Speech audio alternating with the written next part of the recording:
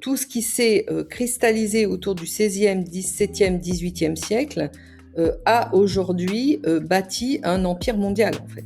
Le nouvel ordre mondial, on y est déjà, en réalité. En réalité, c'est l'hégémonie du contrôle qui engendre à la fois la déchéance intellectuelle et la corruption. Il n'y a pas de pouvoir sans responsabilité. Et lorsque vous avez... D'ailleurs, c'est un signe qu'il n'y a plus de pouvoir politique chez nous. Bonjour à tous et bienvenue sur Kate TV pour un nouvel entretien. Aujourd'hui, j'ai le plaisir de recevoir Valérie Bugeaud. Bonjour Valérie. Bonjour Kate, merci de me recevoir. Et merci à vous d'avoir accepté mon invitation depuis le temps que je voulais vous avoir en entretien. Alors, je suis vraiment heureuse d'être avec vous aujourd'hui. Je vais rappeler qui vous êtes.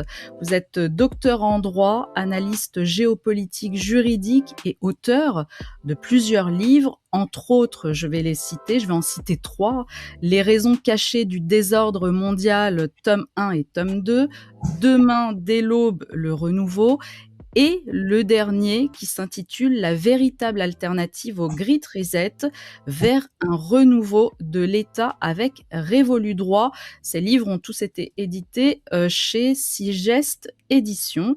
Mais avant de commencer, chers spectateurs, je voudrais vous rappeler de vous abonner à la chaîne si ce n'est pas encore fait, de mettre des petits pouces, d'activer la cloche pour ne rien manquer et de commenter de manière bienveillante sous la vidéo afin de la booster.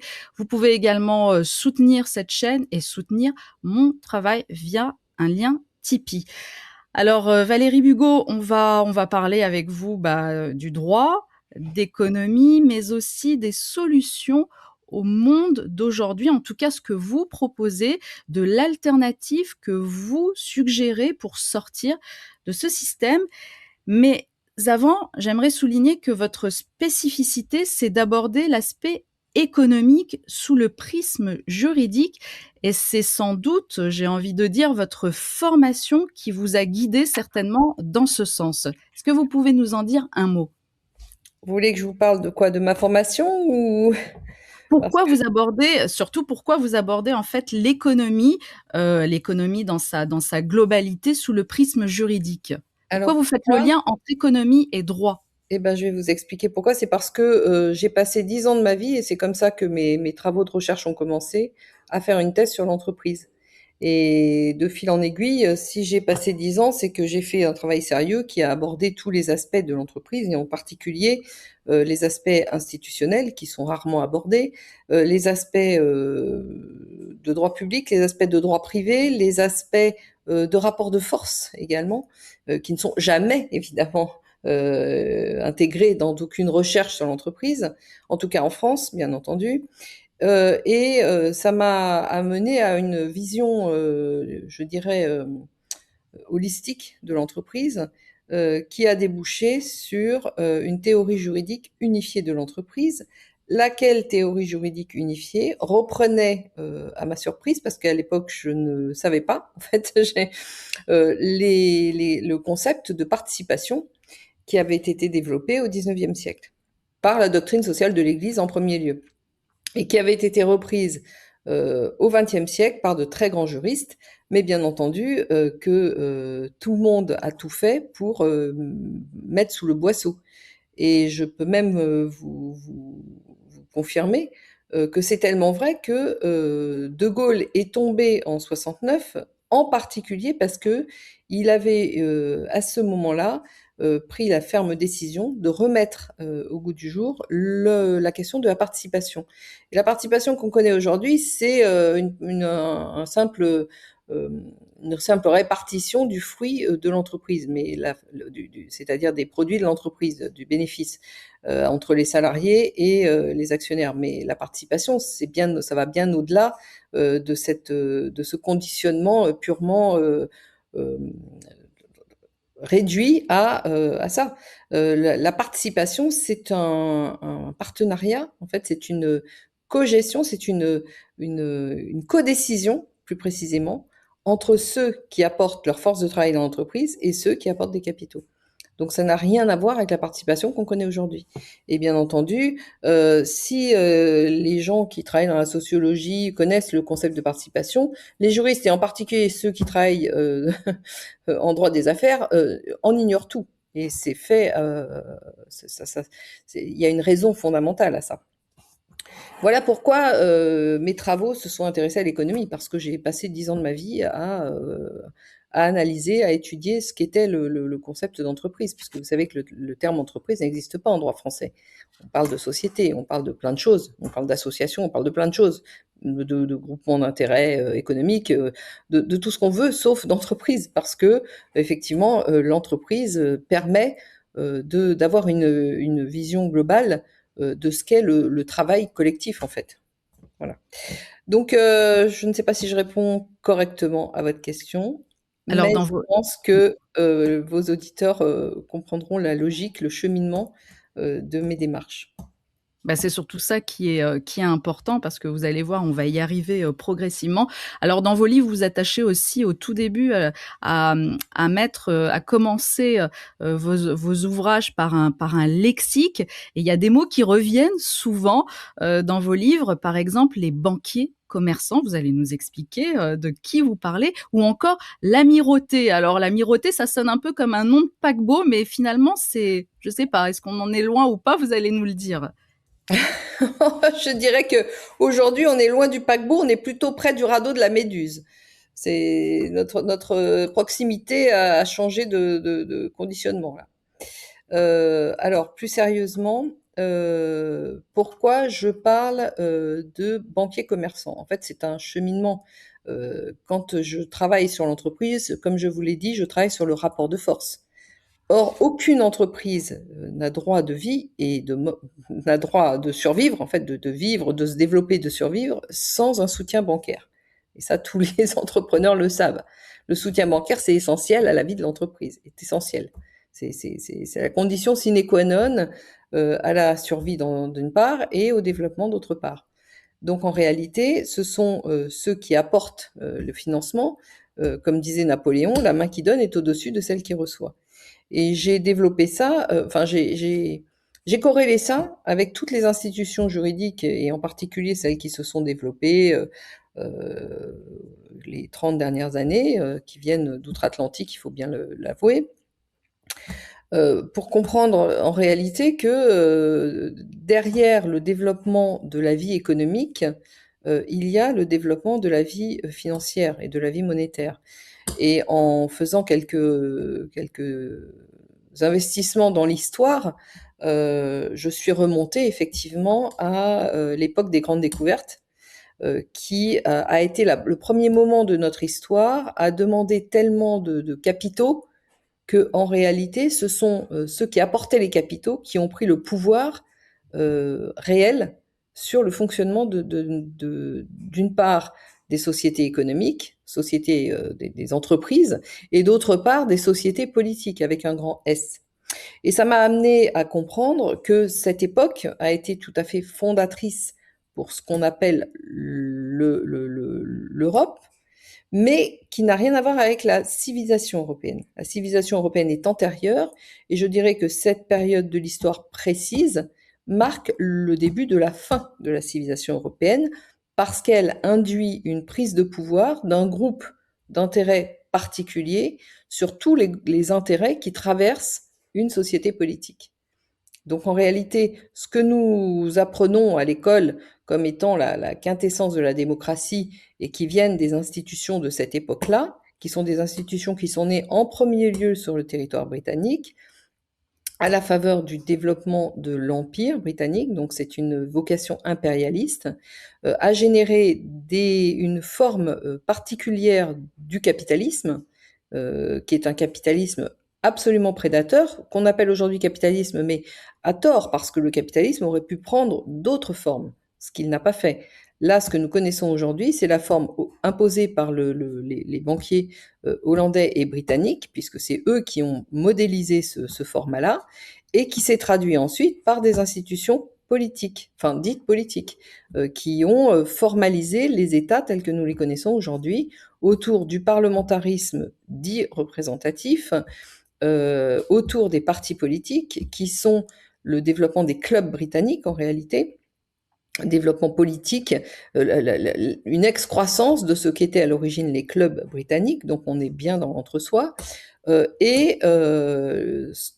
qui est apparu particulièrement à ces époques-là, c'est la création du concept de banque centrale. Et le concept de banque centrale, c'est la mise en œuvre première, primordiale, de ce que nous appelons aujourd'hui le partenariat public-privé, et qui signifie fondamentalement, en termes de rapport de force, privatisation des profits et nationalisation des pertes. Donc c'est de fil en aiguille, c'est en réfléchissant à tous les concepts et surtout derrière le concept, il y a toujours un rapport de force. Vous savez, la vie collective n'est faite que de rapports de force. Et c'est en découvrant ou en redécouvrant, si vous voulez, toutes ces implications politiques dans la gestion des règles organisationnelles de l'économie que j'ai découvert tout un monde qui est tout à fait hors d'atteinte, à la fois des juristes, et pour des raisons bien particulières d'ailleurs, qui ont été élaborées au fil du temps par ailleurs, hors d'atteinte des citoyens, des entrepreneurs, y compris même du personnel politique. Donc en fait, j'ai découvert un univers qui fait que nous vivons dans une matrice qui n'a rien à voir, dont les ressorts n'ont absolument rien à voir avec ceux qui nous sont serinés dans les parcours académiques, y compris dès les premiers enseignements, c'est-à-dire à l'école, en fait, collège, lycée, etc. Donc, si vous voulez, j'ai basculé dans le monde réel. Je peux dire que j'ai basculé du monde fictif au monde réel. Voilà. Et ça m'a pris du temps, bien entendu. C'est pas une démarche que j'ai faite en 2 jours. C'est une démarche qui aujourd'hui, les premiers pas de cette démarche, pour moi, ont commencé en 1995. Voilà. Alors et on va le comprendre parce que tout ce que vous êtes en train de nous expliquer là, finalement, fait partie d'un cheminement qui vous a conduit à proposer une alternative. On en parlera après. Mais, ce qui est, très intéressant, c'est que, bah, finalement, votre l'entretien là qu'on est en train de faire toutes les 2, il intervient en fait juste après l'entretien, que j'ai pu mener avec, Jean-Louis Isambert, qui est un journaliste, qui a, pendant 30 ans enquêté justement sur la sphère, ce monde financier et qui montre les liens entre l'oligarchie et le monde de la finance. Donc finalement, quelque part, vos propos sont en train d'appuyer, à la fois appuyer ce qu'on s'est dit la semaine dernière, mais aussi renforcer toute cette matrice et tout ce monde en fait irréel, hein, irréel. Mais j'aimerais revenir quand même sur un point avec ce que vous avez dit. Vous dites que les juristes sont hors d'atteinte de ce concept, de cette prise de conscience. Pourquoi, à votre avis? Et les politiques aussi, parce qu'on va revenir à ce que vous nommez la plutocratie. Oui. Alors, c'est pareil. Il est vraiment important de comprendre que ce que nous vivons actuellement, c'est un point d'aboutissement historique. C'est une séquence historique qui a débuté avec les grandes découvertes, ce qu'on appelle l'époque des grandes découvertes. Et ça, c'est très important parce que ça ne date ni du XXe siècle, ni du XIXe siècle, et même pas tout à fait du XVIIIe siècle. C'est-à-dire que tout ce qui s'est cristallisé autour du XVIe, XVIIe, XVIIIe siècle a aujourd'hui bâti un empire mondial, en fait. Le nouvel ordre mondial, on y est déjà, en réalité. Parce que toutes les institutions dans le monde entier sont formalisées sur le modèle qui s'est élaboré en premier lieu au sein de l'Empire britannique. D'où ma référence régulière à l'amirauté. Il ne s'agit pas de l'amirauté française, il s'agit de l'amirauté britannique qui a été le fer de lance du développement de l'Empire britannique. Alors, votre première question, c'était... Ah oui, alors pourquoi est-ce que les juristes sont hors d'atteinte de tous ces processus? Eh bien, pour une raison bien spécifique, c'est que au cours du XXe siècle, s'est imposée une doctrine, une théorie, qui ne vient pas de nulle part non plus, qui a un support philosophique très sérieux qui remonte au XIIe, XIIIe siècle, Mais ce qui a fait la bascule du point de vue... en fait, il y a eu plusieurs moments historiques de bascule. Il y a eu premier moment historique, c'est au moment de l'imposition de ce qu'on appelle le parlementarisme, c'est-à-dire le parlementarisme représentatif, puisque vous savez que nous connaissions une forme de parlementarisme avant la Révolution française, mais c'était tout à fait un concept absolument différent, puisqu'il s'agissait de cours de justice. Les parlements étaient des cours de justice. Ce qu'on a appelé le parlementarisme, en réalité, est un peu différent, puisque c'est une organisation politique autour d'un parlement représentatif fondé sur des partis politiques. Ça a été le premier moment de bascule.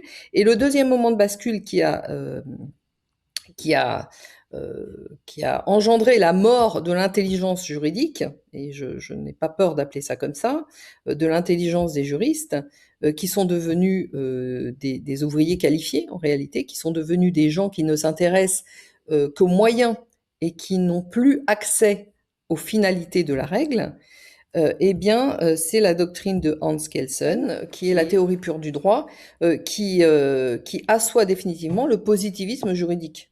Et le positivisme juridique n'est lui-même qu'une émanation du nominalisme, de la querelle entre réalisme et philosophique, la querelle philosophique entre réalisme et nominalisme, qui s'est développée autour de la question des universaux au XIIe, XIIIe siècle. Donc vous voyez que tout ça a des racines. En fait, les choses n'arrivent jamais par hasard. Et la théorie d'Hans Kelsen s'est imposée. Pourquoi? Parce que le rapport de force politique avait déjà basculé dans les mains de ce que j'ai appelé les banquiers commerçants. Et pourquoi je les ai appelés les banquiers commerçants? Mais parce que ces gens avaient une double activité, une activité civile de banque et une activité commerciale d'échange de biens. Et donc, il m'a paru plus précis, plus crédible, disons, plus explicite d'appeler ces gens-là des banquiers commerçants. Ce n'était pas exclusivement des banquiers, ce n'était pas exclusivement des commerçants, c'était des banquiers qui avaient une activité de commerce. Et ce sont eux, ces gens-là, qui, au XVIe, XVIIe siècle, ont formalisé, je le répète, d'abord sur le territoire de ce qu'on appelle aujourd'hui la Hollande, donc qui étaient les Provinces-Unies, et ensuite qui se sont transférés en Grande-Bretagne à la City de Londres, à la faveur de la volonté impérialiste de développement de l'Empire britannique. Alors sur le politique aussi, vous n'êtes pas tendre avec les politiques, vous appelez Alors, ça la plutocratie? Oui, oui, dites-moi. je voulais insister sur le concept de théorie pure du droit d'Hans Kelsen. C'est quelque chose qui est fondamental parce que ça a coupé en fait les juristes de l'intelligence en leur interdisant l'accès aux finalités du droit. Mais donc les juristes étaient chargés de mettre en œuvre des règles et des règles de plus en plus compliquées, bien entendu, puisque tout ce qui est compliqué est toujours très favorisé par les développements impérialistes en réalité. Et les juristes ont été, ont été objectivés, c'est-à-dire qu'ils ont disparu en tant que sujet politique. Ils sont devenus des objets utilisés par une volonté supérieure, mais qui n'avaient aucune représentation politique et donc aucune responsabilité en face du pouvoir réel dont elle s'est emparée en réalité. Et c'est pour ça que c'est important de le comprendre, parce que les juristes aujourd'hui, et du reste dans tous les développements économiques, toutes ces grandes institutions ne recrutent pas des gens qui ont une formation juridique, c'est d'ailleurs une formation de droit civil au départ. Ils recrutent des gens qui ont fait des écoles de commerce, donc qui ont une formation d'économistes, qui sont dans la matrice, en réalité, qui a été développée justement à partir de cette époque des grandes découvertes, au service de l'empire du commerce international mené par l'amirauté britannique. Et c'est ça qui est très important de comprendre. Cette historicité, cette séance historique qui amène à la décadence radicale à la fois des institutions, mais aussi des mœurs et aussi du développement culturel, politique, social. En fait, tout est lié à ça. Mais si je comprends bien, même si on est juriste, euh, parce que là vous dites alors les personnes qui ont suivi une formation d'économie sont privilégiées à ceux qui auraient suivi donc une formation juridique. Mais quand on a une formation juridique, ce que je comprends, c'est que l'enseignement quand même, il a été biaisé quelque part. Ah oui, alors effectivement, vous avez raison de le signaler parce que à partir de cette théorie pure du droit dans Skelsen, la formation juridique coupe quand même euh, celui qui la suit des sources, de l'origine.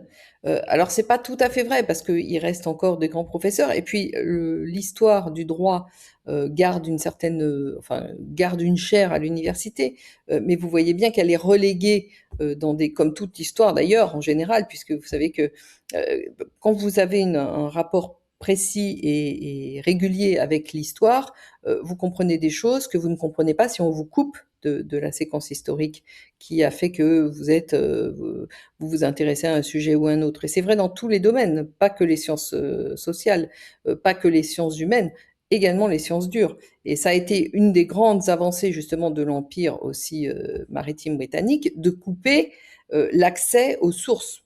Et quand je dis l'accès aux sources, c'est en particulier aux sources historiques. Et deuxièmement, la philosophie du droit. Ce qui a vraiment disparu des enseignements juridiques, c'est la philosophie du droit. Or, la philosophie du droit explique tous ces rapports de force. Et ceux qui tiennent aujourd'hui les rênes juridiques, vraiment derrière derrière le voile économique, sont des gens qui sont de très grands juristes, qui connaissent tout ça. Mais ces connaissances-là ont été euh, en grande partie coupées pour le juriste de base, qui est, je le répète, une sorte d'ouvrier qualifié, qui n'a plus d'accès réellement aux sources du droit, à son origine, pourquoi les règles ont été élaborées dans tel sens et pas dans tel autre, etc. Et ça, c'est très important. Donc tout ce qui est philosophie du droit et histoire du droit sont relayés à des matières secondaires, presque inutiles. Enfin, donc ce qui s'est passé pour le droit, c'est passé pour tous les domaines de l'intelligence humaine en réalité, hein.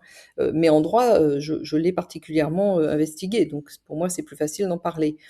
Et je dirais que il reste évidemment des juristes qui connaissent, qui comprennent l'essence du droit, mais ils sont de plus en plus restreints, puisque vous savez que dans le monde universitaire, euh, on assiste, c'est essentiellement ce système fonctionne sur la cooptation, et bien entendu que ceux qui sont chargés de coopter ne vont pas se mettre dans les pattes des gens qui sont intelligents au sens où ils comprennent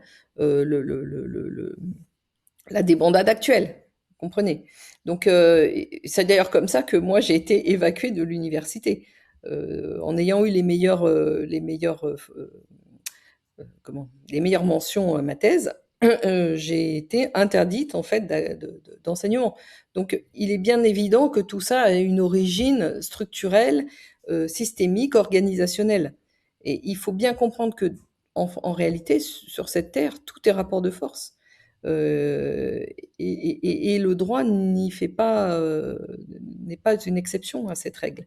Il n'y a pas d'exception réelle. C'est-à-dire que on peut mettre beaucoup de voiles, beaucoup d'imposture et changer le sens des mots, mais ce qui ne change pas, c'est le sens du rapport de force. Rapport de force et puis surtout, il y a une histoire, vous l'avez dit, de cooptation, de corruption aussi, de Mais tout est lié. En réalité, tout est lié. d'imposture, de trucage, de voilà, tout ça.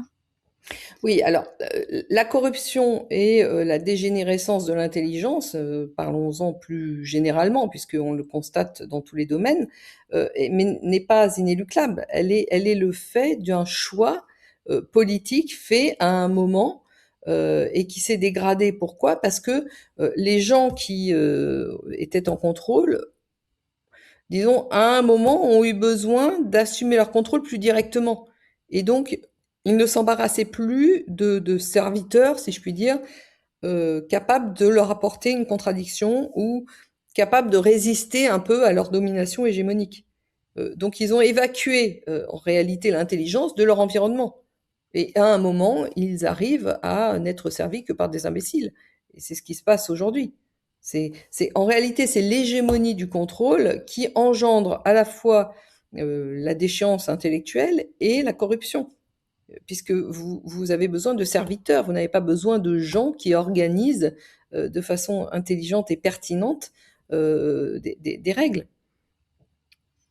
Est-ce que Mais c'est ce que encore vous une fois, excusez-moi, encore une fois, j'insiste parce que tout cela a des racines très anciennes. On ne sortira pas de ce mouvement sans en comprendre les racines. Et quand je dis que aujourd'hui les règles économiques sont dans les mains des économistes et surtout des gens qui sont même pas forcément des économistes mais qui ont fait des grandes écoles de commerce, donc des commerçants. Vous savez, le commerce, il n'y a pas il n'y a pas de grand principe organisationnel de la vie en société qui peut émaner des règles du commerce. Les règles du commerce, elles sont faites pour enrichir les commerçants, pour rien d'autre. Et aujourd'hui, si vous voulez, les juristes ne sont plus des légistes. Et la grande différence que j'ai avec la majorité des juristes, c'est que je me définis, moi, comme une juriste théoricienne, une théoricienne du droit. Je ne suis pas une praticienne du droit et j'ai refusé de devenir une praticienne du droit. J'y ai renoncé parce que justement, je contestais la norme elle-même, la qualité de la norme, la qualité, la finalité et l'organisation de la norme telle qu'elle se présentait suite à cette séquence historique que je vous ai décrite. Alors, je fais juste un aparté parce que c'est vrai quand vous dites commerçant, on fait tout de suite référence, en tout cas dans notre esprit, on fait tout de suite référence aux petits commerçants, aux Non, petits, boulangers, aux petits, non, restaurateurs, aux petits non, mais bouchers. parce Sauf que que là, on n'est pas du tout dans cette sphère-là. On est vraiment, on navigue dans le monde de la finance quelque part, parce que ces commerçants-là sont des financiers avant tout.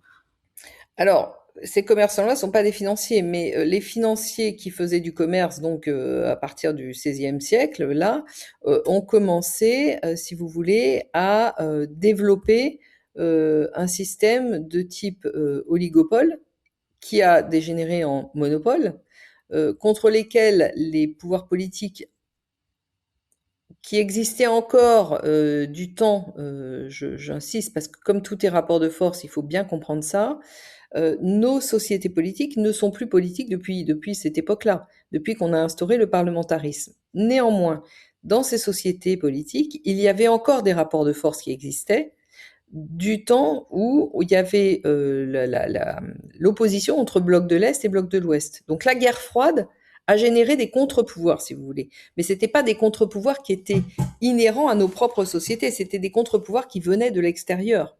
Vous aviez le communisme contre le libéralisme. Et ça, en soi, peu importe la qualité des contre-pouvoirs, peu importe intrinsèquement ce que sont ces contre-pouvoirs, mais le fait qu'ils existent génère une capacité de vie en commun. Est-ce que vous comprenez? Parce que il n'y a pas d'hégémonie. À partir du moment où vous avez une hégémonie, il n'y a plus aucun contre-pouvoir, et c'est ce à quoi nous assistons aujourd'hui.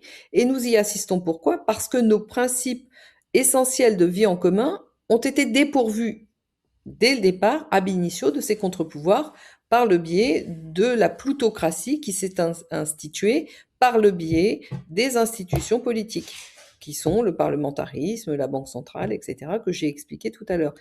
Et le tout reposant sur le concept de parti politique. Donc en réalité, les partis politiques sont là pour idéologiser, pour capter tous les intérêts divergents qui traversent une société, qui sont innombrables. Ça les capte, ça les organise en idéologie et ça monte les uns contre les autres. Donc en réalité, c'est une désorganisation de la vie sociale ab initio, par principe, et non pas par accident, comme on voudrait nous le faire croire. Alors, il y a la plutocratie. Est-ce que vous êtes d'accord aussi avec, le terme de corporatocratie? Non, parce que moi, dans le travail que je développe, je réhabilite les corporations. Mais attention, il y a une différence entre les corporations de l'Ancien Régime et les corporations issues de Vichy. Hein. Parce que le régime de Vichy a réinstauré les corporations, mais ces corporations-là, c'est celles que nous connaissons aujourd'hui, c'est-à-dire des corporations qui sont les interlocuteurs du pouvoir central. Or, les corporations d'Ancien Régime, c'est l'opposition exacte de tout ça. C'était des corporations auto-régulées, auto-réglementées par les gens qui travaillaient dans la corporation. Donc, en fait, c'est deux antithèses. Encore une fois, on garde le même nom, mais pour décrire une réalité qui n'a strictement rien à voir. Une réalité qui est opposée. C'est exactement la même chose qu'avec le Parlement. Ces gens-là ont rendu la vie confuse. Ces gens qui sont au pouvoir, ce sont des gens qui ont été extrêmement brillants, il faut le reconnaître. Ils ont vaincu non pas par le fer et les armes à feu, ils ont vaincu par le soft power. Ils ont vaincu par la confusion généralisée qu'ils ont pu instaurer dans l'intelligence en s'appuyant justement sur le principe du nominalisme. Donc c'est très compliqué. Il faut vraiment reprendre le sens profond des termes, réinvestir la réalité sociologique, historique et politique derrière la terminologie, derrière le concept de corporation pour comprendre l'imposture en réalité. Donc, le corporatisme ne veut rien dire. Le corporatisme, c'est le corporatisme de Vichy, c'est-à-dire des interlocuteurs du pouvoir central soumis et dévoués au pouvoir central. Ce que n'étaient absolument pas les corporations d'Ancien Régime, bien entendu. Les corporations d'Ancien Régime développaient une réalité politique sur les intérêts différents de chacune des corporations. Donc, vous vous rendez bien compte que la vie politique était beaucoup plus riche. Elle n'était pas coalisée dans des idéologies absconses qui n'intéressent personne dans la vie quotidienne, mais elles représentaient les intérêts et surtout les préoccupations des gens dans leur vie quotidienne.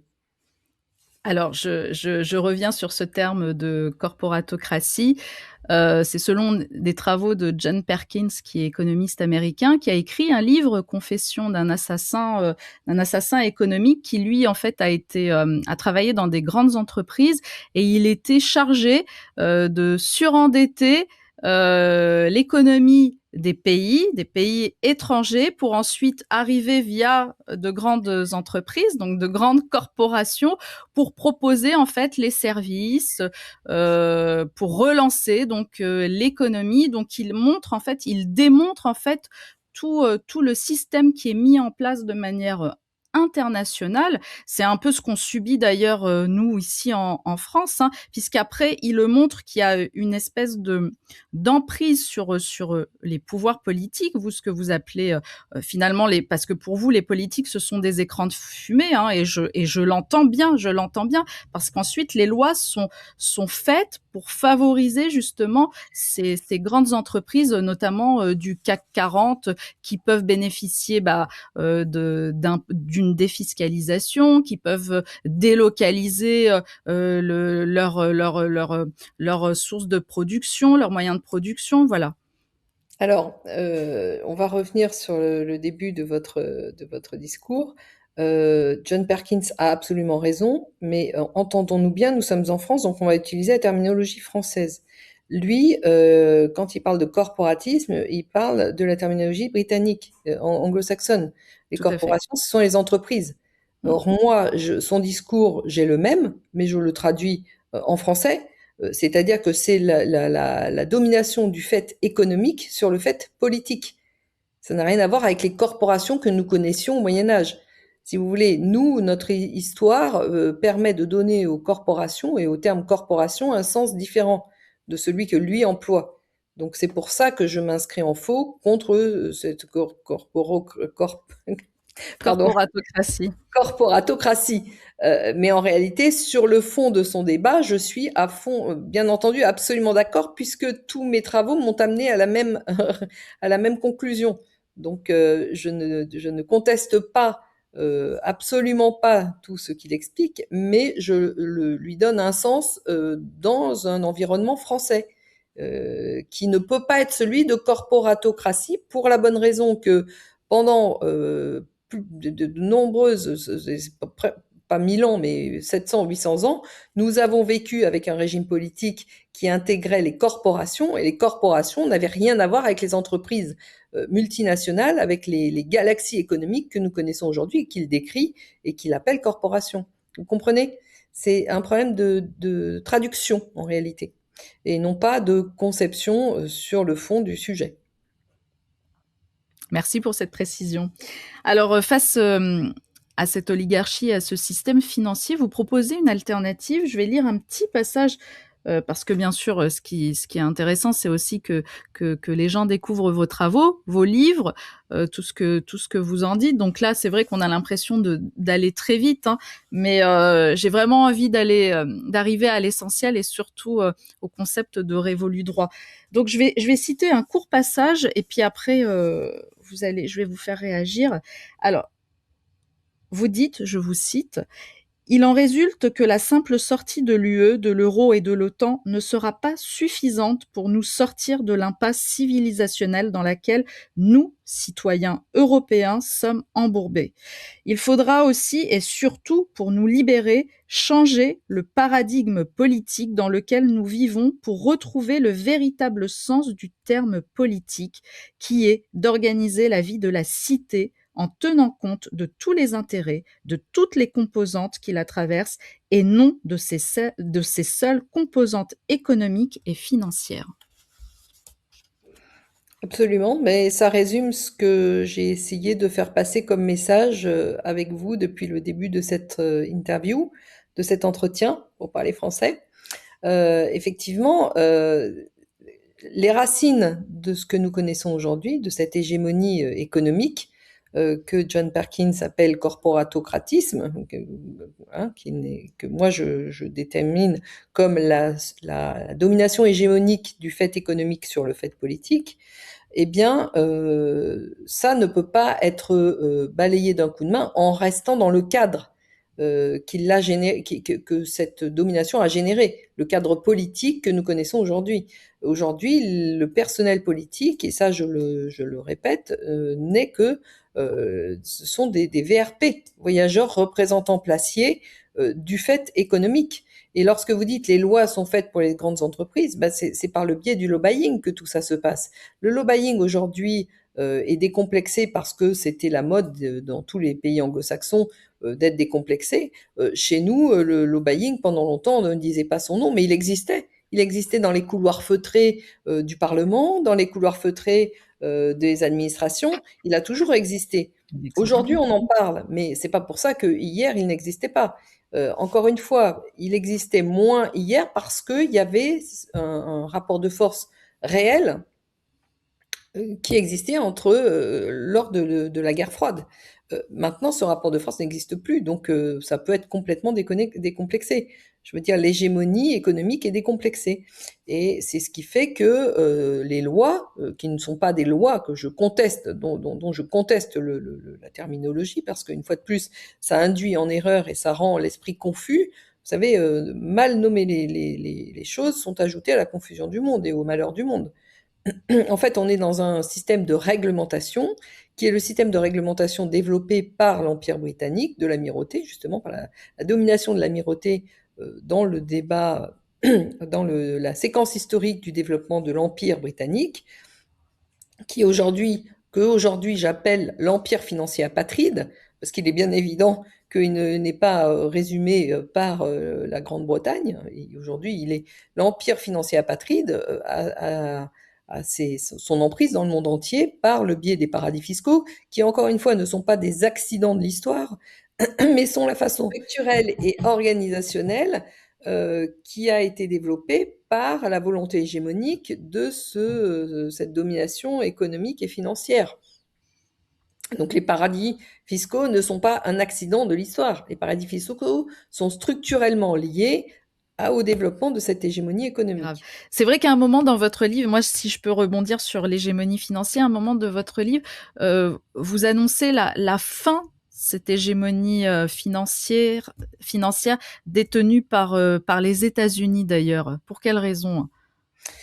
Bah, en réalité, ce que j'explique, c'est que les États-Unis ne sont plus les États-Unis. Les États-Unis ont été un moment, une étape de développement de cet empire financier originairement britannique, devenu empire financier apatride. À partir du moment où la Banque centrale, les grands banquiers internationaux ont réussi à imposer le concept de banque centrale et donc ont développé la Fed en 1913 aux États-Unis, les États-Unis ont cessé d'exister en tant que puissance autonome. Ils sont devenus un relais d'influence de cet empire financier qui a vu beaucoup d'avantages à étendre son terrain de jeu, si je puis dire, en passant de la petite île britannique à la moitié d'un continent, si vous voulez. Ils ont vu un intérêt évident à déplacer, et c'est ce qu'ils avaient fait déjà en déplaçant leur centre de pouvoir des Provinces-Unies à la City et l'Empire britannique.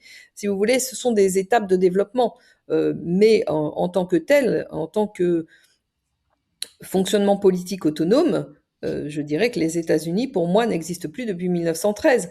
Et aujourd'hui, justement, et c'est là où ça devient intéressant, c'est que, en fait, cette contradiction qui a généré la fusion entre les élites nationalistes patriotes américaines et cette emprise financière par le biais des grandes banques, des grandes institutions financières, du développement des marchés financiers et n'oublions pas du Delaware parce que on parle beaucoup de paradis fiscaux, mais le plus grand paradis fiscal au monde, c'est le Delaware. D'accord? Donc, en réalité, les États-Unis, les élites américaines n'ont pas forcément toujours compris ce qui se passait. Hein.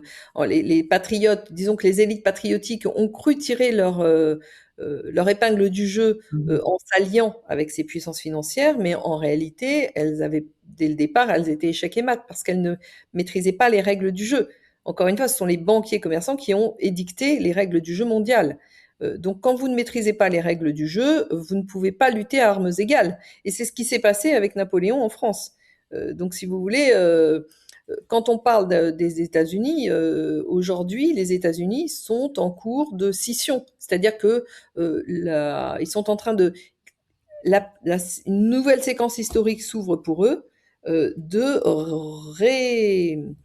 réévaluation de leur indépendance. Et donc, en fait, ils sont confrontés à une nouvelle guerre d'indépendance et une nouvelle guerre d'indépendance par rapport à cet empire financier. Et tout ça s'est accéléré, évidemment, avec la chute du dollar qui avait été imposée, certainement à tort d'ailleurs, par des gens qui n'anticipaient pas les déboires pour leur propre monnaie intérieure, hein, parce que encore une fois, si on revient à Bretton Woods, Keynes, qui militait pour le Bancor, savait très bien, parce qu'il avait le retour de l'Empire britannique et du fait que la monnaie britannique avait longtemps été une monnaie mondiale, donc il avait ce retour de connaissances, comme tous les banquiers derrière lui, parce que lui n'était que le représentant de cette grande corporation des banquiers, si vous voulez. Il avait raison, il savait que ça ne pouvait pas fonctionner. Une monnaie nationale ne peut pas fonctionner ad vitam aeternam comme une monnaie internationale. Simplement, les Américains triomphants, et là je parle de l'union entre ce qui pensait être des patriotes et le pouvoir financier, a voulu imposer sa monnaie puisqu'ils y voyaient des avantages évidents à court terme. Sauf qu'à moyen terme, ils se condamnaient, définitivement. Et ça, Keynes le savait, tous les grands banquiers le savaient. Ils les ont laissés faire pour ensuite essayer de se dissocier d'eux, et ce qui a expliqué le Brexit, etc. Tout ça est un grand mouvement de dissociation des banquiers qui géraient la monnaie internationale pour essayer de sortir par le haut en laissant les Américains se débrouiller avec le désastre qu'ils avaient, enfin en laissant les patriotes américains se débrouiller avec le désastre que eux avaient par complaisance accepté de tolérer. Voilà, depuis Bretton Woods. Donc tout ça est beaucoup plus compliqué qu'on ne peut le croire. Et aujourd'hui, les États-Unis sont réellement dans une guerre pour leur survie et dans une guerre d'indépendance de leur d'autonomie territoriale, si je puis dire. Vous savez, au cours des 15e, 16e, 17e siècle, il y avait deux, à l'époque, c'était l'Europe, les pays européens qui étaient des empires, et il y avait deux modèles très différents de société de société au sens société politique, qui se sont développés. Le premier modèle, bah, c'est celui qui a gagné, en fait, hein, c'est le modèle de l'Empire britannique, et le deuxième modèle, c'était le modèle français. Et sur le territoire américain, ces deux modèles se sont combattus, en réalité. Vous aviez le modèle territorial et le modèle liquide. Le modèle liquide, c'est le modèle des flux, c'est le modèle de l'Empire britannique. Et le modèle territorial continental, c'était le modèle français qui a complètement été submergé, si je puis dire, au sens propre du terme, par les liquidités, par les flux qui ont été le modèle dominant de développement de l'économie mondiale. Et tout ça est passé par évidemment les grands traités de libre-échange, par les modèles de développement de traités internationaux. Donc l'OCDE a une importance considérable dans le développement de cette typologie économique mondiale. Et dans cette typologie économique mondiale, il est très important de comprendre que ceux qui détiennent, qui organisent derrière ces règles-là, ont décidé de sectoriser en fait tous les territoires, non pas sur un modèle national et territorial, mais sur un modèle économique d'appauvrissement en affectant une tâche. En fait, c'est le Fordisme poussé à l'extrême dans le monde entier, si vous voulez. Chaque territoire a une tâche exclusive, a une fonction économique, et la fonction sociale est chargée de suivre la fonction économique. Donc c'est vraiment le monde à l'envers. Le politique doit organiser l'économique, et là c'est l'inverse, c'est l'économique qui impose l'organisation territoriale du monde par type d'activité. Ce qui nous ramène à l'actualité, puisque dans ce contexte-là, dans ce concept, cette organisation conceptuelle du monde, la France, et ça c'est Jacques Attali qui l'a claironné depuis très longtemps. Vous savez que Jacques Attali est le héros du globalisme, le héros au sens de celui qui porte la voix d'eux, hein, au sens féodal du terme. Eh bien, la France n'a qu'un rôle exclusif, c'est celui de devenir un musée à ciel ouvert. Et donc tout ce que nous vivons aujourd'hui se comprend parce que l'agriculture, certes, est condamnée, mais ce n'est pas que l'agriculture, c'est également le commerce, l'industrie. Et ça, moi, j'ai été aux premières loges pour le comprendre et pour découvrir. Et effectivement, l'Union européenne a été un accélérateur de particules pour mettre en place tout ce contre-modèle de société fondé sur, encore une fois, le concept réglementaire développé par l'Empire britannique dominant. Alors justement, qu'est-ce que vous proposez, vous, pour sortir la France de ce marasme, à la fois d'un point de vue économique, mais aussi d'un point de vue juridique? Vous avez appelé votre alternative, votre solution alternative Révolu droit. Qu'est-ce que c'est finalement Révolu droit?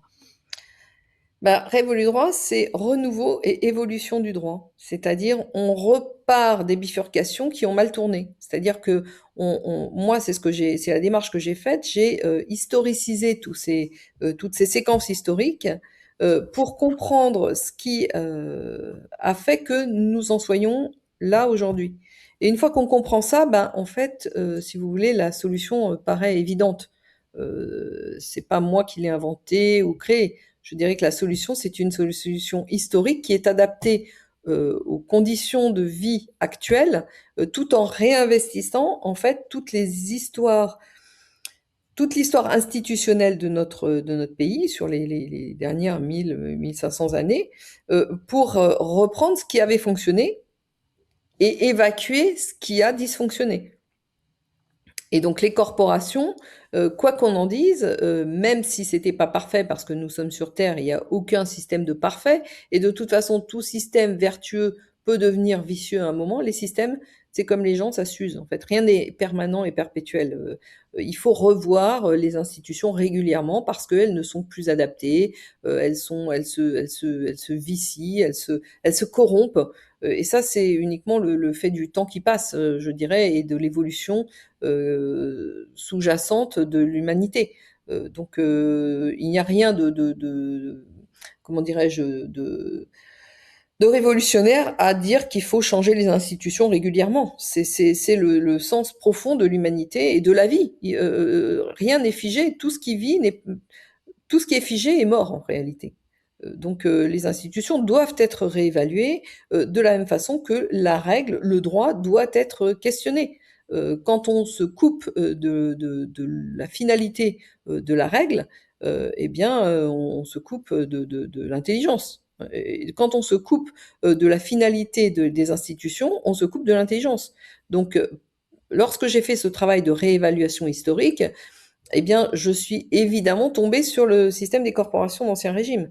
Et les corporations d'Ancien Régime n'étaient pas parfaites, je le répète, mais avaient le grand avantage de pouvoir générer une réalité politique dans tous les différents intérêts qui traversent une société sans être idéologisés. Et quand je réévalue la période historique antérieure à la Révolution, je tombe également sur une deuxième réalité, et là on parle de réalisme versus nominalisme, c'est la réalité selon laquelle comment a-t-on pu accepter d'organiser entièrement des sociétés sur le modèle d'un parlement, donc une organisation dont le seul objectif est de fabriquer des textes, de fabriquer du droit. C'est quelque chose de dément. On n'a pas besoin de règles de fabriquer du droit tous les ans comme ça. C'est la garantie d'un désordre social. Le droit n'est droit que parce que il est pérenne et qu'il est fondé sur la réalité du terrain, les réalités de besoins d'organisation de la vie en commun.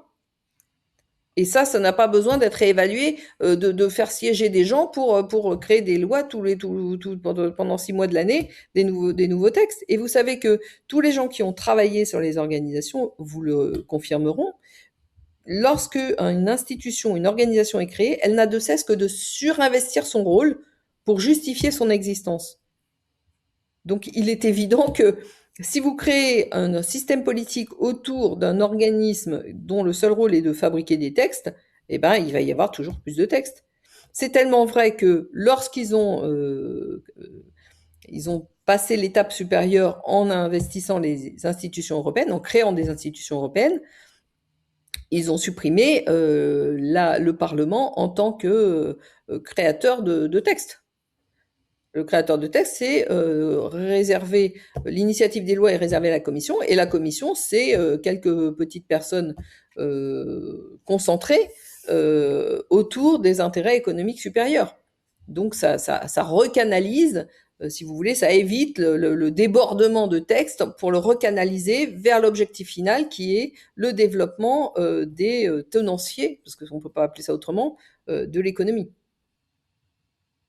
Alors, vous dites que Révolu Droit répond, je vous cite, précisément aux 2 questions suivantes, et pour moi, elles sont vraiment essentielles.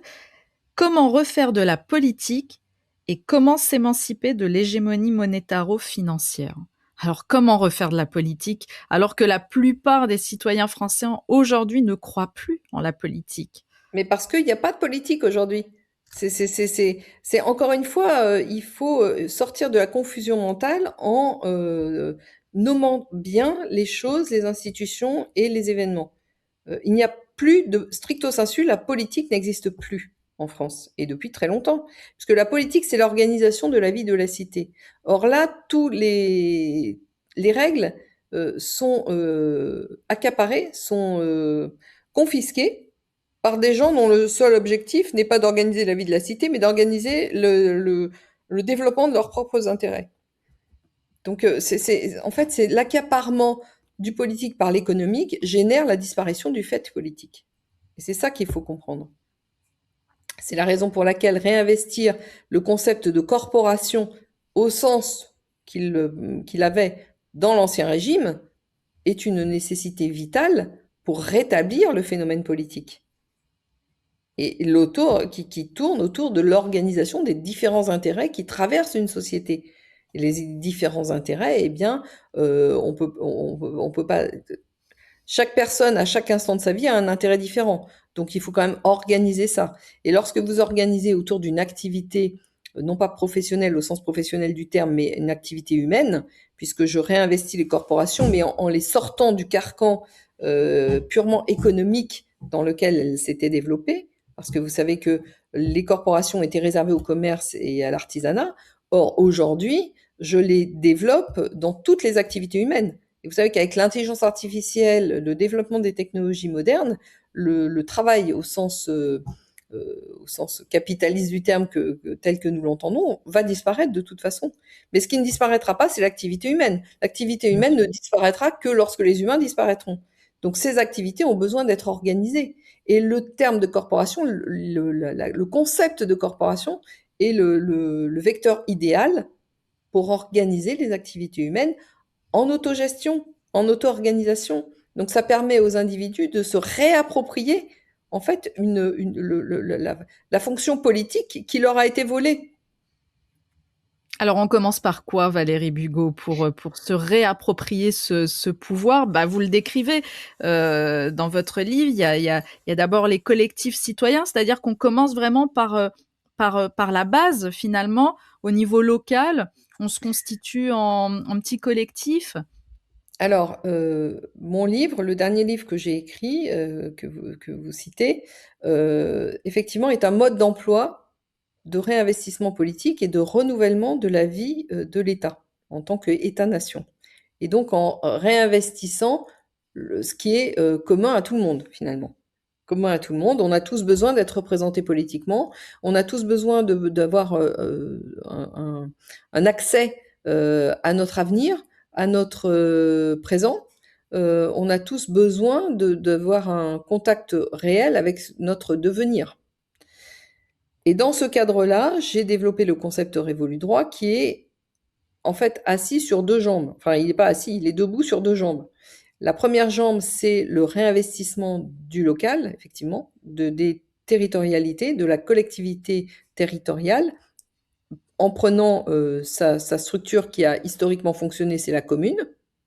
Et deuxièmement, en réorganisant l'activité des gens autour de groupements d'intérêts, ce que j'ai appelé groupements d'intérêts, que vous pouvez appeler autrement, mais qui sont globalement sur le modèle de la corporation d'Ancien Régime, et non pas de Vichy, précisons-le, comme je l'ai dit, expliqué tout à l'heure.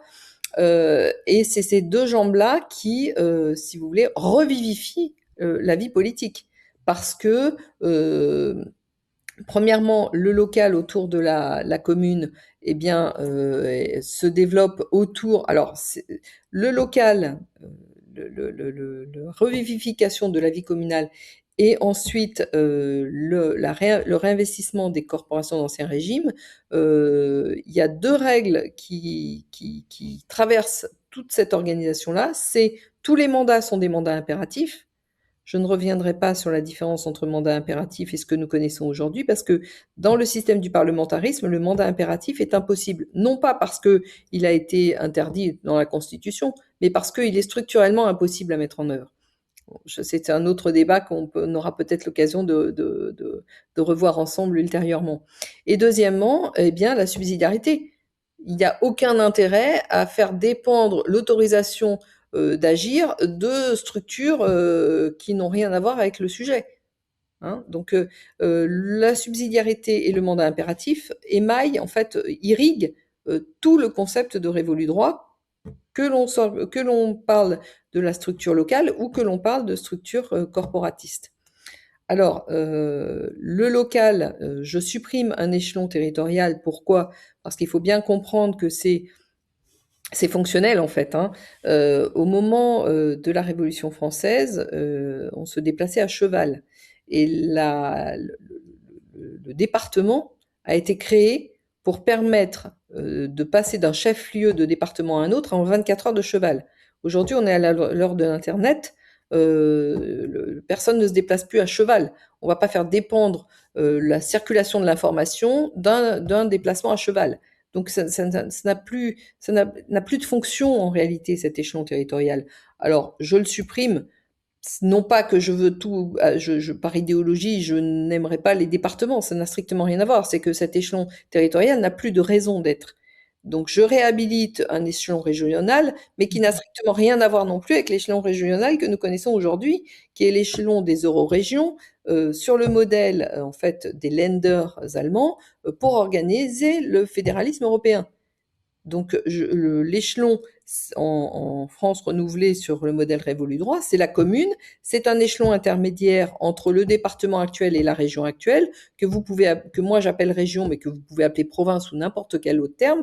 Ce qui compte, c'est de changer en réalité l'idée que nous avons aujourd'hui entre départements, sortir de l'idéologie, sortir du non-sens pour retrouver un échelon territorial qui a un sens profond, qui correspond aux besoins d'organisation du territoire. Et effectivement, si vous avez une commune, un échelon intermédiaire que j'appelle région et l'échelon national, ça suffit amplement pour résoudre tous les problèmes qui se posent sur les territoires. Et les problèmes, une fois de plus, sont résolus au niveau où ils se posent, c'est-à-dire que au niveau local, communal, régional et national. Et c'est comme ça que le centre, le gouvernement, le pouvoir exécutif, le pouvoir qu'on appelle le pouvoir en général, c'est-à-dire le gouvernement et le chef d'État, ne sont que des garants finalement du bien commun, c'est-à-dire de ce qui concerne tous les habitants de tous les territoires. C'est-à-dire que ils sont réservés aux prérogatives qu'on appelle les prérogatives régaliennes. Et ils ne vont pas s'insérer dans les cuisines, les salles de bain et les portes et fenêtres des maisons. Je veux dire que un État qui est aussi intrusif dans la vie privée des gens, il faut bien le comprendre, n'est pas un État. C'est du totalitarisme, et ce totalitarisme, il est par essence au service d'intérêts particuliers. D'ailleurs, en parlant de chef d'État, vous dites que pour vous, il serait nommé sur une période de 15 ans. Mais bien sûr, parce que le pouvoir, il n'y a pas de pouvoir sans responsabilité. Et lorsque vous avez, d'ailleurs, c'est un signe qu'il n'y a plus de pouvoir politique chez nous, parce que lorsque vous avez des gens qui prennent des décisions et qui ne sont plus là pour en assumer les effets, quand vous désignez quelqu'un pour 5 ans, il prend des décisions d'organisation sur des durées beaucoup plus longues et il n'est plus jamais là pour en subir les conséquences. Il n'y a pas de pouvoir sans responsabilité. Donc Révolu droit réévalue tous les paradigmes économiques, juridiques, politiques, sociaux, sociétaux également, et également philosophiques, de nos fondamentaux de vie en commun. Et dans ce cadre-là, il est évident que le pouvoir doit avoir les moyens à la fois de s'exercer, donc ils doivent être forts, mais pas suprémacistes, pas hégémoniques. Ils ont des limites. Les limites, c'est qu'ils doivent rendre des comptes et assumer la responsabilité de leurs actes. Et pour assumer la responsabilité de leurs actes, eh ben, il faut qu'ils soient encore là. Ça, c'est une évidence. Alors, comment on agit concrètement maintenant? Eh bien, concrètement, on est dans une époque, une séquence historique qui est très particulière et qui est incompatible avec une centralisation à la fois des décisions et de l'organisation. Donc, ce que je propose, c'est que que chacun, alors déjà, réinvestisse la commune, sa commune, dans une démarche active et positive. Donc, dans Révolu droit, ça s'appelle les collectifs citoyens, mais aujourd'hui, ça s'appelle la vie communale, ça s'appelle participer à la vie de sa commune, se présenter éventuellement, être force de proposition lorsqu'il y a des problèmes qui se posent, être force de contrôle aussi. Donc, c'est se mobiliser autour des questions locales. Et puis, c'est s'organiser en type d'activité. Et c'est là où le dernier livre que j'ai écrit apporte une solution, c'est-à-dire que c'est un mode d'emploi. Donc en suivant ce mode d'emploi-là, chacun pourra s'organiser sans aucune, disons, sans aucune centralisation, aucun chapeautage par personne, mais tout en faisant un sens collectif. C'est-à-dire qu'au moment où l'organisation sera suffisamment mise en œuvre, eh bien, elle aura un pouvoir collectif et elle redeviendra un État. Et donc, il n'y a pas besoin d'armes pour ça. Il y a besoin que les gens se mobilisent, sortent de leur colère pour devenir constructifs et s'organiser au sens de ce qui leur de ce qui leur parle, de leurs besoins. Les agriculteurs s'organisent dans des groupements d'intérêt agricoles, les commerçants, les petits commerçants s'organisent dans le groupement d'intérêt du commerce qu'ils représentent, les enseignants s'organisent dans le groupement, dans une union de groupements d'intérêt enseignement, les professeurs de karaté s'organisent en tant que professeurs de karaté sans demander l'avis du professeur de danse classique, vous comprenez? Et c'est ça qui va faire que nous allons refaire société. En créant, évidemment, en respectant le schéma que j'ai élaboré, non pas parce que c'est moi qui l'ai élaboré, mais parce qu'il est réfléchi et que tout agit tous les éléments agissent comme des contre-pouvoirs sans être neutralisants du pouvoir. Donc sans être neutralisants de l'existence d'un véritable État au sens d'une cohésion nationale. Voilà. Donc c'est mon modèle, je suis la seule à avoir fait ce travail et c'est un travail de 30 ans. C'est pas, je n'ai pas pondu ça depuis, je ne suis pas un champignon covidique. Je ne suis pas née, mon travail n'est pas né avec la prise de conscience que le Covid a engendré chez la plupart des gens, si vous voulez. C'est un travail de fond parce que j'avais pris conscience de tout ça il y a très longtemps et parce que j'ai travaillé sur la notion de rapport de force, sur la notion de pouvoir institutionnel, sur la notion d'organisation.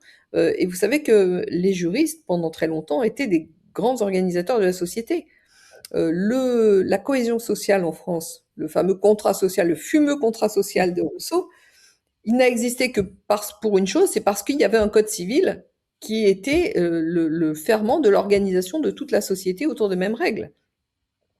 Et c'est certainement pas la Constitution. La Constitution est un élément artificiel qui est arrivé au moment où le parlementarisme, qui est lui-même une organisation artificielle, s'est imposé par le biais de l'hégémonie des banquiers commerçants. Donc, on a vécu des centaines d'années sans constitution. La constitution n'est arrivée que pour imposer de façon artificielle un système artificiel au service de la plutocratie. Voilà. Si je veux résumer les choses, je les résume comme ça. Les organisations spontanées de société sont les seules qui sont viables à long terme et celles-ci n'ont pas besoin de constitution. Elles s'en sont toujours passées. Elles n'ont jamais eu de constitution. Ce qui ne signifie pas qu'il n'y a pas des règles d'organisation. Mais si on appelle ça constitution, encore une fois, on génère de la confusion mentale. Et moi, je milite pour supprimer cette confusion mentale et repartir sur des fondamentaux sains dans lesquels les mots ont un sens réel. Et c'est là où, effectivement, je sors du nominalisme historique. Voilà. Alors pour revenir sur votre travail, je tiens à souligner qu'à la fin de ce dernier livre, il y a la charte des valeurs intangibles de la France, il y a aussi un règlement intérieur, il y a plein d'annexes, voilà, où il y a des définitions, le chef de l'État, qu'est-ce que c'est pour vous? Et puis aussi peut-être pour dire sur les collectifs citoyens, vous avez fait un petit questionnaire, c'est-à-dire que entre les citoyens, c'est relever les besoins, qui est à l'initiative de telle chose, donc c'est vraiment un guide comme vous l'avez dit tout à l'heure. Donc je tiens à le souligner vraiment, Valérie. Effectivement, c'est un travail de longue haleine et de plusieurs années. Ça se sent, voilà, ça se sent vraiment. Plusieurs décennies. Ah bah j'imagine bien. Donc j'invite vraiment les gens à lire attentivement tout ça. Mais vous parliez de la colère, pardon, pas de la peur, parce que c'est vrai que j'ai fait d'autres émissions sur la peur, de la colère. Comment se sortir de cette colère que chaque citoyen français porte en lui pour pouvoir s'organiser, pour pouvoir aussi renouer des liens avec les autres. Ça, c'est quelque chose qui reste assez compliqué parce que chacun est dans l'ego. Et puis il y a une autre chose, un autre aspect aussi. Vous avez dit peut-être aller ne pas hésiter à aller se présenter, notamment par exemple aux élections municipales. Moi, il y a un spectateur qui m'a envoyé un cas récemment d'un élu local d'une ville dans le Val d'Oise qui est déjà élu local, mais qui depuis 2024 en fait s'est détaché de la majorité de la commune et envisageait de se présenter donc aux élections municipales là de 2026. Et puis, il a eu l'été, au mois de juin 2025, d'abord, il y a eu son entreprise, c'est un entrepreneur en même temps. Il a eu un incendie criminel au sein des locaux de son entreprise. Et quelques mois après, c'est sa maison et sa voiture qui ont brûlé, alors qu'il était en vacances avec sa famille. Donc moi, je vous avoue que ça m'a interpellée, ça m'interroge. C'est dans le Val d'Oise. Moi, je suis aussi dans la région parisienne, pas dans le Val d'Oise. Mais quand ce spectateur m'a envoyé ça, je suis allée voir. Effectivement, il y a des articles de presse sur ce cas-là. Il a décidé de se retirer de la course.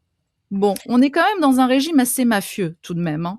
Ah bah à 100%, à 100%, Kate. Le système tel que je vous l'ai déroulé ne peut qu'être mafieux, parce que c'est un système de contrôle hégémonique. Et l'hégémonie est toujours assortie de la force. Et la force, c'est partout. Il n'y a pas de foi ni loi. C'est la force brutale. C'est on élimine nos ennemis, basta. C'est tout. C'est comme ça que ça fonctionne. Il faut toujours comprendre que le rapport de force l'emporte toujours. Alors, c'est la raison pour laquelle, oui, il faut s'investir dans la vie communale et éventuellement se présenter, peut-être pas dans les grandes communes, parce que justement, elles sont plus ciblées que d'autres, peut-être plutôt dans les petites communes. Mais je voudrais insister auprès de vous sur le fait que participer à la vie communale ne signifie absolument pas se présenter à des élections. Participer à la vie communale, c'est être force d'initiative, c'est être force de contrôle également des élus. Donc il y a toute une façon de se réinvestir dans la vie collective, en particulier sur les territoires, non pas en se présentant à des élections, mais en étant force d'initiative et force de contrôle des élus. Donc ça, c'est la première chose. Deuxièmement, comment sortir de la colère? Ben, on ne sort de la colère que par un seul moyen, il n'y en a pas 10, c'est de reprendre en main son existence. Et donc de s'investir dans quelque chose de positif. Et non pas rester dans des spirales négatives de dépréciation de soi et du commun, de la vie en commun. Donc, recréer des institutions, participer au renouveau de la vie politique, c'est déjà c'est le seul moyen peut-être de sortir de la colère. Alors maintenant, derrière la colère, vous avez raison, vous avez absolument raison, il y a la peur parce que évidemment toutes les fonctions de domination sont fondées sur la génération sans limite de peur. Et nous vivons dans des systèmes qui sont là pour nous faire peur. Et pour faire des exemples, les têtes qui passent, on les coupe, comme ça on est sûr qu'il n'y en aura plus. Mais ça ne fonctionne pas comme ça historiquement. Vous pouvez couper des têtes quand il y en a quelques-unes qui passent, mais si 60 millions de têtes se mettent à se relever en même temps, ils seront pas assez nombreux pour les décapiter toutes. Vous voyez ce que je veux dire? Donc il ne faut pas miser sur des individualités. Le sauveur n'existe pas et quand le sauveur, vous croyez qu'il est là, c'est eux qui vous l'envoient. Il n'y a pas on ne sortira pas de ce marasme par la sortie d'individualité. On ne sortira que par le collectif, c'est-à-dire la capacité que nous avons tous à nous redresser, hein, à devenir des êtres vertébrés sur deux jambes et à s'investir dans notre vie individuelle et collective. Et c'est là que Révolu droit, le livre que j'ai écrit, est un guide. Maintenant, vous avez évoqué la charte des valeurs intangibles, la charte vive, celle-ci, bien, au début, pour tout vous dire, lorsque j'ai commencé à conceptualiser, parce que tous les fondamentaux, je les avais depuis, je les travaille depuis 1995, donc je les avais, mais lorsque j'ai commencé à formaliser, je ne savais pas trop comment m'y prendre et j'ai commencé par rédiger une charte des valeurs intangibles. Mais cette charte, elle est en perpétuel développement, si vous voulez. Au fur et à mesure que l'organisation se mettra en place, des éléments nouveaux apparaîtront, d'autres disparaîtront. La charte vive, elle n'est pas, contrairement au nom, elle n'est pas, voilà, elle est intangible, elle sera intangible à terme peut-être, mais il ne faut pas qu'elle soit figée. Rien n'est figé. Je vous ai dit que la vie n'était pas figée. À partir du moment où tout devient figé, c'est qu'on n'est déjà plus dans la vie. Donc tout évolue. Donc la charte vive, il ne faut pas la surinvestir par rapport à l'organisation générale que propose le modèle Révolu droit. Voilà. En revanche, ce qu'il faut surinvestir et définitivement, c'est la réévaluation du modèle, disons, de la localité, de l'investissement individuel dans les localités et dans des activités humaines. Donc là, reprendre le modèle que j'ai appelé règlement intérieur, que si vous voulez, vous pouvez appeler constitution ou n'importe comment d'autre, ou charte, pardon, qui est le mode d'emploi. Je prends les gens pour les inviter pas à pas à suivre ce mode d'emploi pour créer un groupement d'intérêt, c'est-à-dire une corporation au sens de l'ancien régime du terme. C'est-à-dire en sortant tout en étant précisé que je sors du strict cadre économique et artisanal et industriel. Donc c'est toutes les activités humaines qui peuvent être organisées comme ça. J'invite les gens à s'investir dans ce modèle et à se réunir. Alors d'abord au niveau local, c'est plus simple, ça permet de mettre ensemble des gens qui ont l'occasion de se voir. Et puis ensuite, si vous voulez, dans chaque commune, quand comment dirais-je, je vais prendre un exemple pour être plus réaliste, des boulangers ou des cordonniers peuvent se réunir dans chacune des communes pour créer le règlement intérieur de leur profession. Ensuite, quand ça sera fait, ils se réuniront, tous les règlements intérieurs qui auront été élaborés seront chargés de discuter entre eux pour en élaborer une synthèse qui sera le règlement intérieur au niveau donc régional et ensuite au niveau national. Ça se fait pas à pas. Vous savez, la méthode des petits pas, on peut la transformer à notre avantage. Elle n'a pas systématiquement vocation à être utilisée par nos ennemis. La méthode des petits pas peut aussi marcher en partant du début pour arriver à la fin. Et ce début, ça commence par le local, mais ensuite, ça génère une activité organisée au niveau national. Et au-delà de ça, ces activités organisées comme ça auront des capacités à discuter avec d'autres gens dans d'autres pays qui auront aussi ce mode de fonctionnement. Donc ça permet aussi une fluidité des échanges et des échanges qui ne sont pas forcément des échanges commerciaux, mais aussi des échanges culturels avec d'autres territoires, d'autres pays, tout en conservant la spécificité de chacun des pays, puisque l'organisation, encore une fois, Révolu Droit, la méthode Révolu Droit, c'est une méthodologie. Ça ne veut pas dire qu'il y aura une uniformisation sur tout le territoire comme ce que a induit le système parlementaire et la Banque centrale. Non, absolument pas, parce que chaque territoire a des spécificités qui font que les groupements d'intérêt ne seront pas les mêmes. La vie locale ne sera pas la même. Et donc, même si vous avez des vecteurs qui vous permettent de communiquer les uns avec les autres, eh bien, vous aurez une organisation nationale très différente d'un État à un autre. Alors une dernière question, Valérie. Comment voyez-vous cette multitude d'initiatives qui est en train d'être, qui est en train d'émerger là en ce moment en France, à travers tous les petits mouvements. On a par exemple, alors Étienne Chouard, ça fait aussi longtemps qu'il milite avec ses ateliers constituants. On a le mouvement de Juan Branco, on a le pari de l'intelligence collective, par exemple, de Frédéric Bascuñana. On a le PRCF, c'est le pôle de renaissance communiste en France. Et là, j'intervenais dans une émission dimanche sur TVADP. J'ai entendu 2 autres mouvements être créés. Il y a l'Alliance pour le peuple et puis il y a l'Alliance humaine qui lance un parti politique. Enfin, on en voit des multitudes. Je vais pas tous les citer, mais je vois qu'en ce moment, il y a une espèce d'effervescence et tout le monde est en train de prendre à bras le corps le sujet, certes, mais est-ce qu'on n'est pas en train de s'éparpiller aussi? Alors, j'ai 2 commentaires à faire sur ce que vous dites. Le premier est élogieux parce que ça veut dire que les gens commencent à prendre conscience qu'une organisation devient nécessaire et commencent à s'investir dans ce type de questionnement. Donc ça, c'est très positif. Et la deuxième, c'est que tous ces projets-là ne font pas société. C'est-à-dire que encore une fois, c'est pas parce que c'est moi qui l'ai élaboré, mais le projet que j'élabore, c'est un projet de renouvellement de l'État.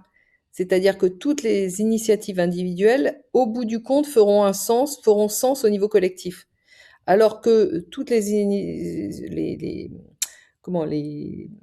initiatives récentes qui émergent comme les champignons après la pluie, ne sont pas des changements de paradigme. Moi, j'ai travaillé sur le changement de paradigme. Et un changement de paradigme doit se faire à tous les étages. Aussi bien au niveau du concept de règles, de loi, tel que je l'ai élaboré, et qu'on a euh, comment, effleurer ensemble. Maintenant, dans toutes les initiatives que vous m'avez suggérées ne se valent pas toutes. Il y en a beaucoup qui, sans le dire, reprennent le paradigme actuel. D'autres, comme l'initiative de Frédéric Bascugnana, qui me paraissent porteurs d'un avenir plus serein, à condition d'être encadrés et peut-être encadrés par les principes que j'ai élaborés. Parce que ce sont les principes historiques qui tiennent compte des rapports de force. Vous comprenez? Donc, il n'y a pas de jugement de valeur à avoir sur les différentes initiatives qui se mettent en œuvre, sauf à mettre quand même en évidence le fait que certaines initiatives ne sont pas forcément, sauf le fait qu'elles ne se valent pas toutes, et que sur le long terme, la seule chose qu'il faut garder en tête, c'est le changement de paradigme. Parce que dans le paradigme actuel, donc créer un parti politique ne me semble pas de nature à nous sortir des problématiques que nous connaissons. Vous voyez ce que je veux dire? Je donne un exemple. Mais je les connais pas tous, hein, toutes ces initiatives. Donc, Il y en a certains qui émergent, il y en a certains qui sont là depuis quelque temps. oui, C'est mais lorsque récent, vous, à part voilà, Étienne Chouard qui est là depuis de nombreuses années, mais Étienne Chouard, encore une et puis le fois, PRCF aussi. les travaux d'Étienne Chouard peuvent être mis en œuvre avantageusement dans le cadre de Révolu Droit. Mmh, mmh. Mais il n'a pas conceptualisé le changement de paradigme, Étienne Chouard. Néanmoins, tous ces travaux intelligents et intelligibles peuvent être utilisés dans le cadre de l'organisation des groupements d'intérêt. Vous voyez? Donc, c'est pour ça, toutes les initiatives que vous m'avez citées, en réalité, ne sont pas toutes à mettre sur le même plan. Elles ne parlent pas toutes de la même chose. En réalité, ce qui est derrière, et ce qui est très intéressant derrière ça, c'est le fait que les gens commencent à se mobiliser en comprenant qu'il faut sortir de la colère pour s'organiser. Mais après, il y a encore un autre obstacle à franchir, c'est s'organiser utilement et de façon viable. Et de ce point de vue-là, je m'excuse, je suis obligée de le dire, il n'y a pas de, il y a pas de, il y a pas d'autres projets concurrents à celui que j'ai fait. Personne n'a réfléchi dans ces termes-là. Enfin, je veux dire, personne n'a élaboré le changement de paradigme dans la mesure où je l'ai fait moi. J'ai pas de contradicteur en fait. Bah, Donc, ce qui serait intéressant, c'est d'en avoir et c'est pour ça que je regrette aussi que vous ne soyez peut-être pas aussi visible, sur, en tout cas les médias, indépendants, les médias alternatifs, hein, parce on vous mais il voit y a pas beaucoup de gens beaucoup. qui veulent m'invisibiliser, ma chère Kate, et qui le font de façon efficace. Bah, on vous Et voit ça, pas beaucoup, je le regrette. En tout cas, moi, vous serez toujours la bienvenue sur mon antenne. Voilà, je tiens à vous le dire et face à tous les spectateurs. Et c'est vrai que quand j'ai lu vos propositions, vraiment, je me suis dit que là, on n'est pas obligé d'être d'accord sur tout. Et vous l'avez non, dit, c'est pas mais bien figé entendu, justement. Ça exactement. peut se retravailler, mais il y a de très bonnes propositions et surtout, bah, c'est peut-être l'aspect féminin aussi, hein. Tout est bien cadré, tout est droit en fait. On a tous les outils. Finalement, on arrive avec ça et puis on discute ensemble et puis on peut avancer. On peut certainement faire des choses. Je dis pas que c'est la meilleure des solutions, mais en tout cas, c'est une solution qui mérite d'être lue et d'être regardée attentivement. Absolument. Et j'insiste sur le fait suivant, c'est que dans le projet que j'ai évalué, la seule chose qui ne soit pas, qui ne pourra pas être qui ne devra pas être mise en cause, c'est l'équilibre fonctionnel qui est élaboré dans le cadre des corporations, du renouveau de la vie locale et d'un gouvernement central qui est cristallisé autour de deux choses. D'une part, pour le gouvernement, la gestion des prérogatives régaliennes, donc du bien commun, quelque part, des biens communs. Et deuxièmement, par le chef d'État, le fait que celui-ci est un arbitre justement des différents intérêts qui traversent la société, est un arbitre et aussi le représentant de l'État vis-à-vis de l'extérieur et de l'étranger. La qualification fondamentale de ce régime, c'est une méritocratie élective. Et ça, sauf à dénaturer complètement le projet, on ne pourrait pas sortir de ça. Mais à l'intérieur, toutes les règles d'organisation interne de chacun, tout est discutable. Y compris, évidemment, je vous l'ai dit, la charte des valeurs intangibles. Voilà. Donc c'est l'équilibre d'ensemble qui n'est pas modifiable. Tout le reste ne peut pas être figé et ne l'est pas. Et moi, je ne suis pas omnipotente, je n'ai aucune compétence pour organiser, d'une part, les forces de l'ordre, d'autre part, la corporation des cordonniers, d'autre part, la corporation des agriculteurs. Je n'ai absolument pas à me mêler de tout ça, je serais tout à fait incompétente et contre-productive. Donc j'invite les gens compétents et intéressés et productifs qui seraient capables de générer leurs règles de façon efficace, efficiente, comme le mot est à la mode, à le faire. C'est tout.